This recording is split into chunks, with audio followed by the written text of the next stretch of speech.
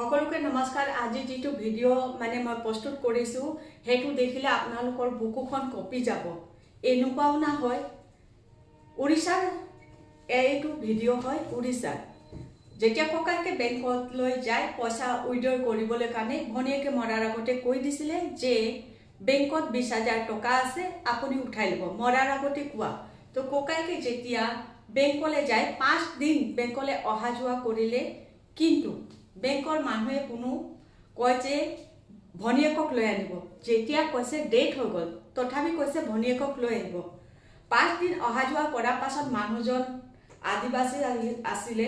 তো মানুহজনে কি কৰিব শ্মশানত গ'ল এয়া কংকাল লৈ বেংকত পাই গ'ল।